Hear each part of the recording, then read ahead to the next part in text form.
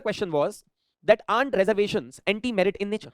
Aren't they compromising merit as a concept? Aren't you going to be encouraging people, those who are not meritorious enough to get seats in government jobs, over and above those who are more meritorious than them?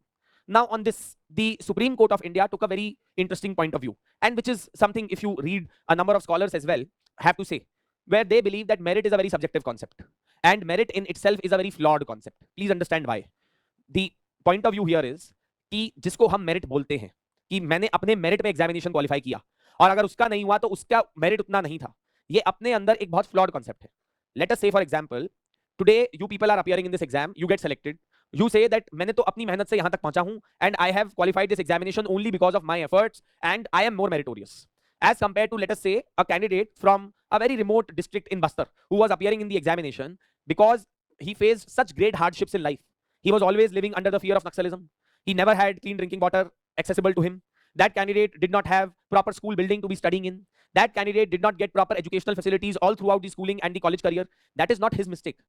You were born in a family which was based out of Delhi or Bombay or Calcutta or Chennai, right? Any of the big cities. You did not do anything special to be born in such a family. It was just a matter of luck. It is not your merit. कोई race नहीं हो रही थी जहां पे पहले ये decide किया गया कि कौन कौन से परिवार के अंदर पैदा होगा, right? There was no race for this. It is just a matter of luck. What if you were born in that family in Bastar? Possibly you would have faced the same kind of disadvantages. What if you were born in a community which has been subjugated to discrimination by the so-called upper castes of the society? You were not allowed to attend school. You were not allowed to enter into temple premises. You were not allowed to be walking along with the other students. You were not allowed to drink from the same tap as the others were drinking water from. When you were facing such great discrimination and the other one was not, can you really say that you are more meritorious than the other candidate, is the question. Merit in itself is a very subjective concept and a flawed concept. The reality is that whatever you are in life is not just a result of your own efforts, but it is a result of many other things that have worked in your favor, which may not have worked in favor of someone else who was in a highly discriminated society, such as India, right? So that is what we need to keep in mind. देखिए, America में कोई आदमी ये बात बोले तो शायद फिर भी मान ली जाए, वहां पर भी देखिए डिस्क्रिमिनेशन है. You can't compare a white and a black in America. You can't compare an Indian, what I mean to say is not Indians, but indigenous people of America with that of the Americans, the other American population, because there have been laws which have been made in America in the past by the state which were highly discriminatory against the indigenous people and against the blacks. Was it their mistake that they were born as black? Was it their mistake that they were born in a community? Right? So merit in itself is a very subjective concept, is what I'm trying to explain to you. A lot of times we as human beings tend to think very highly of ourselves, and we think that whatever we have achieved in life is a result only of our hard work. But we forget that there is a lot of element of luck as well, which goes into which plays a very important role in this particular situation. For example, let me say that you people are sitting here today because your parents must have invested in your education, in your school, in your college. Possibly many of your parents must have paid the fee for this course as well. Now imagine, and therefore I would say that you are lucky that you are sitting here and you were given the resources and the opportunity by your parents to appear and to prepare in this examination. What if, imagine, you were born in a family of a drunkard? Your father, your mother, whoever was a drunkard. Your parents were drunkards. They would come home, your father would come home every day drunk to the brim, and then would beat up your mother, would beat you up, and would not allow you to go to school, would spend all the money that would come into the house on his alcohol. Then tell me, is that your mistake that you were not able to study? The point is, and is it a great merit that you were born in a family where your father is not a drunkard? I'm just giving as an example. Why I'm saying this is because a lot of times students come to me and they say, sir, reservation to anti-merit है ना. I'm trying to explain to you the fact that जिसको आप merit समझते हैं वो आपका merit है ही नहीं. सच्चाई ये है.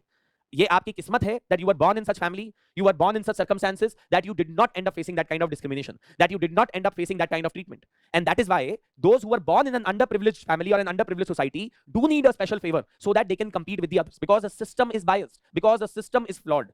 अगर सिस्टम फ्लॉड नहीं होता, कास्ट बेस्ड डिस्क्रिमिनेशन नहीं होती, तो रिजर्वेशन की जरूरत नहीं पड़ती.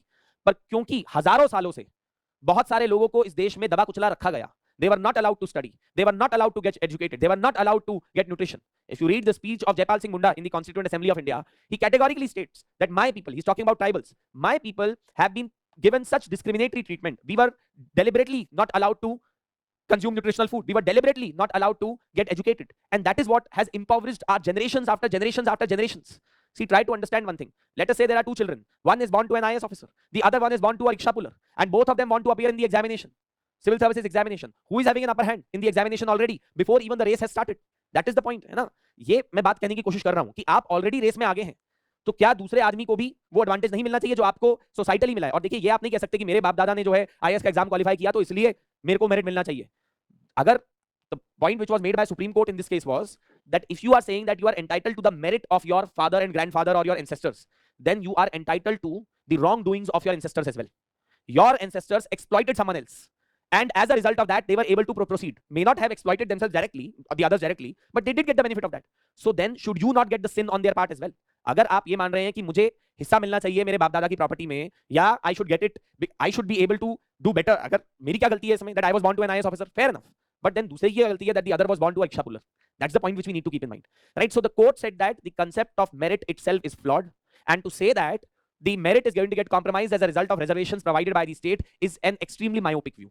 And that is why, in our opinion, reservations are not anti-merit in nature.